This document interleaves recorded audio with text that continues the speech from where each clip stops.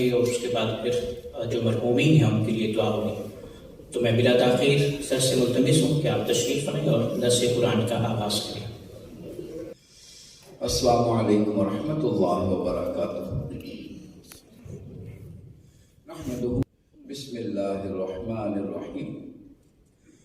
ان الذین قالوا ربنا اللہ ثم استقاموا تتنزل علیہم الملائکہ الا تخافوا ولا تحزنوا وابشروا بالجنة التي كنتم توعدون. صدق اللہ العظیم وصدق رسولہ النبی الکریم. اساتذہ گرامی قدر اور عزیز طلباء و طالبات، یہ سورہ حامیم سجدہ کی آیات میں نے پڑھی ہیں.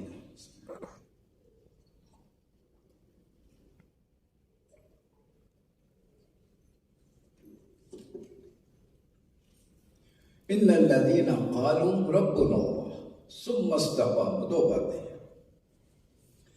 جنہوں نے کہہ دیا ہمارا رب اللہ ہے، ثم استقاموا، پھر زندگی کے آخری سانس تک اس پر ڈٹے رہے. تتنزل علیہم الملائکہ، فرشتے ان پر نازل ہوتے ہیں اور آ کر کیا کہتے ہیں؟ اللہ تخافوا، اب کسی خوف کی ضرورت نہیں، ولا تحزنوا، کسی غم کی بھی ضرورت نہیں، وابشروا بالجنة التي كنتم توعدون، اب تو خوش ہو جاؤ، خوشخبری لے لو جنت کی جس کا ہم نے تم سے وعدہ کیا تھا. میں نے عرض کیا اس میں دو نقطے ہیں، مختصراً ان دونوں پر بات ہو.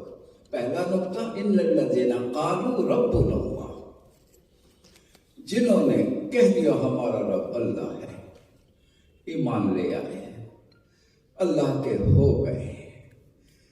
ایمان لانے کا مطلب کیا ہے؟ ربنا اللہ کا کہنا، اس کا مطلب کیا ہے؟ بس یہ ذرا سن لیجیے. صرف یہ نہیں کہ بس ایک نعرہ لگا دیا ہمارا رب اللہ ہے. نہیں میرے عزیزوں، میرے بچوں، جب آپ کہتے ہو کہ میں نے رب کو مان لیا ہے، جب آپ کہتے ہو کہ لا الہ الا اللہ محمد الرسول اللہ، دو points, you utter two words, just not you utter two words. آپ اللہ کے ساتھ ایک سودا کر لیتے ہو. یہ الفاظ سودے والے، سیل ایگریمنٹ والے میرے نہیں، یہ اللہ رب العزت کے الفاظ ہیں. سورہ توبہ پڑھ لیجئے. ان الذین قالوا، سورہ توبہ کے الفاظ یوں ہیں، ان اللہ اشتری من المؤمنین انفسهم واموالهم بان لهم الجنہ. اللہ نے ایمان والوں سے ان کی جان اور مال کو خرید لیا ہے. کہنے کا مطلب کیا؟ آپ ایمان لاتے ہو، دو لفظ نہیں بولتے ہو، بلکہ دو چیزوں کا اللہ کے ساتھ سودا کر لیتے ہو، ایک جان اور ایک مال. جان میں all that you possess physically, your talent, energy, صلاحیتیں، ability, on capability، جو کچھ ہے یہ ذرا جان میں ہے. اور اس کے علاوہ جو آپ کہتے ہو یہ میرا ہے، یہ میرا گھر ہے، یہ میری گاڑی ہے، یہ میرا بینک بیلنس ہے، یہ سب قرآن کی اصطلاح میں اس کو مال کہتے ہیں. جب آپ نے جان اور مال کا بچہ سودا کر دیا تو اس کا مطلب کہ آپ کے پاس باقی کچھ نہیں رہا. کچھ رہا باقی؟ نہ بچا، نہ چھپا سکتے ہو نہ بچا سکتے ہو، سب کچھ اللہ کے نام لگا دیا ہے. اور مزے کی بات کیا ہے؟ آپ بیچ رہے ہو جان اور مال. میں کہا کرتا ہوں یہ سودا کیسا عجیب و غریب ہے کہ ہم دنیا میں جو سودا کریں، ایک تو یہ ہے کہ وہ بندے اور بندے کے درمیان ہو، دوسری بات ہم سودا کریں اس چیز کا، وہی چیز بیچ سکتے ہیں جو ہماری اپنی ہو. میں اپنا گھر بیچ سکتا ہوں، اپنی گاڑی بیچ سکتا ہوں، ہمسایوں کا گھر تو میں نہیں بیچ سکتا، پارکنگ میں کھڑی ہوئی کسی گاڑی کا سودا میں نہیں کر سکتا، جو میرا ہے میں وہی بیچ سکتا ہوں۔ میرا سوال میرے پیارے بچوں سنو، اساتذہ گرامی قدر، مجھے بتاؤ ایمان سے کہ یہ جو جان اور مال ہے، کیا یہ سب پہلے سے ہمارا تھا؟ ہرگز نہیں، یہ تو پہلے سے اسی کا ہے۔ اس کی کرم نوازی تو دیکھو، وہ پھر بھی خریدار پر اعلان کر رہا ہے، قیمت دینے کا وعدہ کر رہا ہے۔ کیسا رحمان اور رحیم ہے۔ اسی لیے تو کسی نے کہا تھا جان دی ہوئی اسی کی تھی، حق تو یہ ہے کہ حق ادا نہ ہوا، حقیقت بھی یہی ہے۔ پھر دوسری بات اس سودے میں خوبصورت اور غور کرنے والی، ہم جب دنیا میں کوئی سودا کرتے ہیں، کچھ بیچتے ہیں، تو اس کی پوزیشن بھی ہم دے دیتے ہیں۔ گھر بیچا، گیو اوے مائی پوزیشن، یہ لو بھائی قیمت جو لینی ہے۔ گاڑی بیچی، اس کے پیپرز، اس کی پوزیشن میں دے دیتا ہوں۔ یہاں پھر عجیب و غریب سودا ہے، کیسا نرالا سودا ہے۔ آپ رب کو جان اور مال بیچ رہے ہو۔ What about possession؟ possession آپ کہتے ہو اللہ کریم باپ، وہ کہتا رکھو اپنے پاس، keep your possession۔ کیا استعمال بھی کر سکتے ہیں؟ ہاں استعمال بھی کر سکتے ہو، اللہ اکبر۔ But something that has happened، جو اب ہو چکا ہے، ذرا غور کیجئے۔ اس سودے سے پہلے ہم سمجھتے تھے، میں سمجھتا تھا یہ جان میری، یہ مال میرا۔ اب میں نے سوچ سمجھ کر اللہ سے سودا کر لیا۔ اب جب میں بیچ چکا تو اونرشپ اب کس کی ہو چکی ہے؟ اللہ رب العزت کی۔ اور if it still lies with me، ابھی تک میری پوزیشن میں ہے یہ جان اور مال، تو میں ذرا بچوں سے سوال کرتا ہوں، بچوں مجھے اونچی آواز میں جواب دے دو، یہ اب میری اونرشپ ہے یا اللہ کی میرے پاس امانت ہے؟ یہ امانت ہے، یہ ہے وہ نقطہ۔ اسی لیے تو اللہ کے رسول نے فرمایا لا ایمان لمن لا امانت لہ۔ اگر امانت کا نہیں پتا تو پھر ایمان کا مزہ بھی نہیں چکھا ہے۔ ایمان تو ہے ہی، اب ہر چیز امانت بن چکی، یہ جان امانت بن چکی، مال امانت بن چکا، یہ آنکھیں امانت بن چکی، دیکھنا کہیں خیانت نہ ہو جائے، یہ زبان سچ بولتی رہے، میٹھا بول بولے، ٹھنڈک پہنچائے تو امانت، یہ زبان جھوٹ بولے تو خیانت، کسی کا دل دکھا دے تو خیانت، یہ کان اچھائی سنے تو امانت اور برائی سننے لگے تو خیانت ہو گئی، ہاتھوں سے کسی کی جان بچائی تو امانت اور ظلم ڈھا دیا تو خیانت کے مرتکب ہو گئے، پاؤں سیدھی راہ پہ چلے امانت، غلط راہ پہ چل پڑے تو خیانت ہو گئی، مال حلال پہ خرچ کیا امانت اور حرام پہ خرچ کر دیا خیانت ہو گئی، اسراف کیا خیانت اور اعتدال اختیار کیا تو امانت۔ اللہ اکبر، پوری زندگی کا ایک ایک لمحہ بچوں امانت بن گئی ہے۔ To conclude in the words of Quran، بڑے خوبصورت الفاظ ہیں، ما کان لمؤمن ولا لمؤمنۃ، ایمان لانے کے بعد کسی مومن مرد، کسی مومن خاتون کے لیے اب کوئی گنجائش نہیں ہے، اذا قضى اللہ ورسولہ امرا ان یکون لهم الخیرۃ من امرہ، کہ اللہ کا حکم آ جائے، اس کے رسول کا حکم آ جائے، پھر اپنی مرضی، اب مرضی کس کی ہوگی؟ اب مرضی اللہ کی ہوگی، کسی اور کی مرضی نہیں۔ مرضی کو اللہ کی مرضی پہ قربان کر دینا، اپنی مرضی سے دستبردار ہو جانا، یہی ایمان ہے۔ اور بیٹا آخری پوائنٹ اس کا، یہ سیل ایگریمنٹ ہے تو فور ایلیمنٹس ہوتے ہیں ہر سیل ایگریمنٹ کے، ایک the buyer, the seller, the product that you are selling out, and lastly the price. اس کی پرائس کیا ہے؟ اس کی پرائس جنت ہے. ٹھیک ہے، میں جلدی سے پوچھوں یہ سودا اگر جنت ہے، ہم مال جان اور مال بیچے اس دنیا میں اور جنت ملے اس دنیا میں، سودا نقد ہے کہ ادھار؟ بولو بھائی، ادھار ہے؟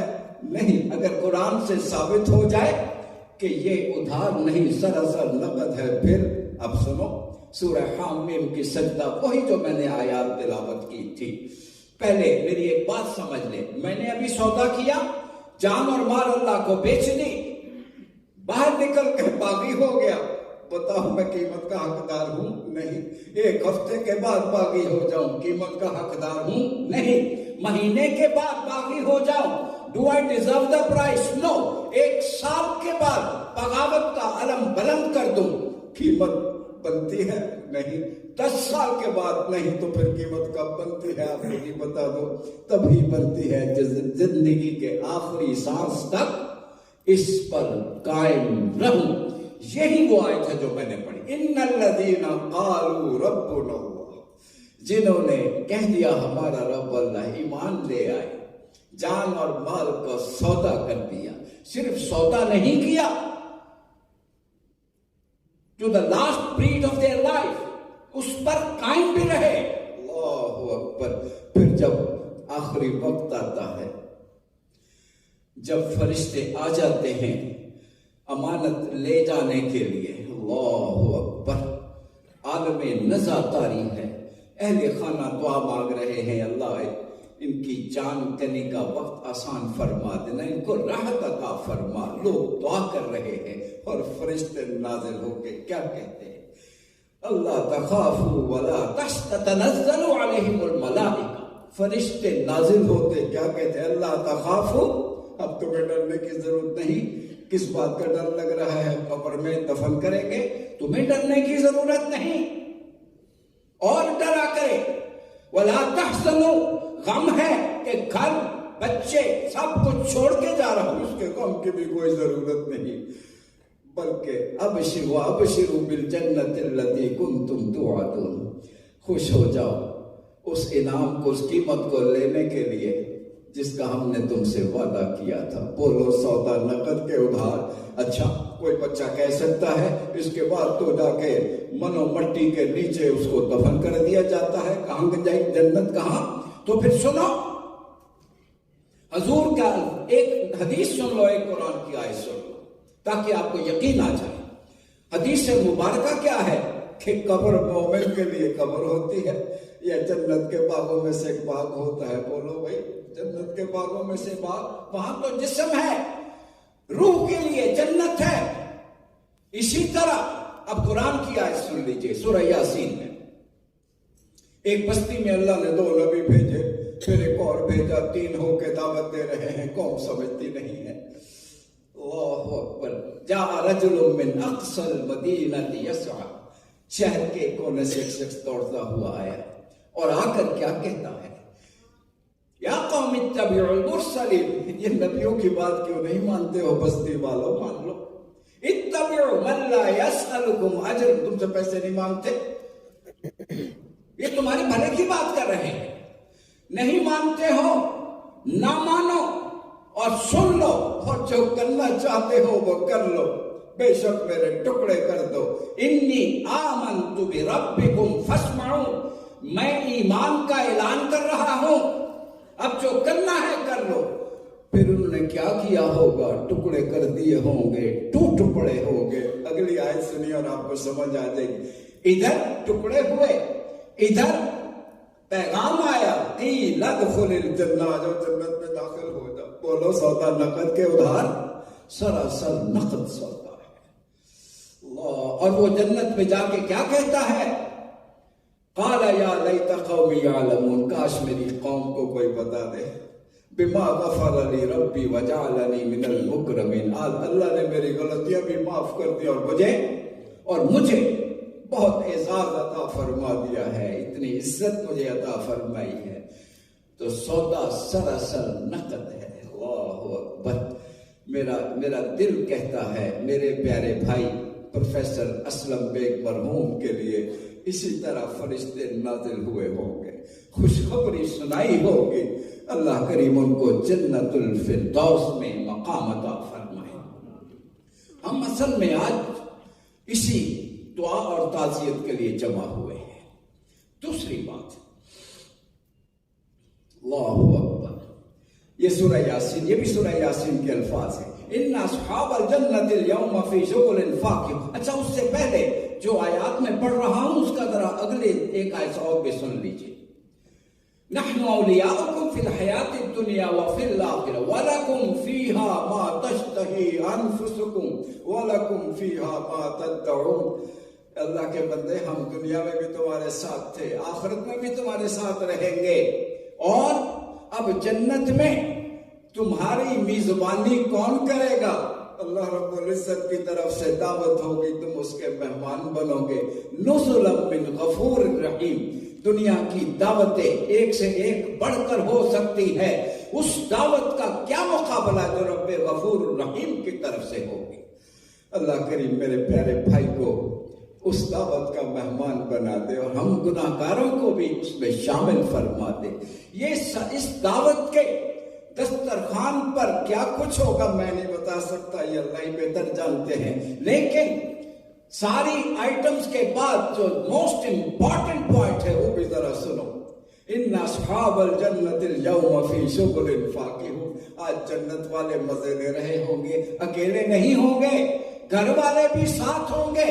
میں پھر دعا کرتا ہوں، میں نے کہا دعا شروع ہو چکی ہے، پھر دعا کرتا ہوں میرے پیارے بھائی پروفیسر اسلم بیگ صاحب جب جنت میں ہوں، اپنے بچوں، اپنی بیوی، اپنے گھر والوں کے ساتھ ہوں، بلکہ اپنے ڈپارٹمنٹ کے دوستوں اور بچوں کے ساتھ ہوں۔ آمین کہہ دے اونچی آواز میں، آمین۔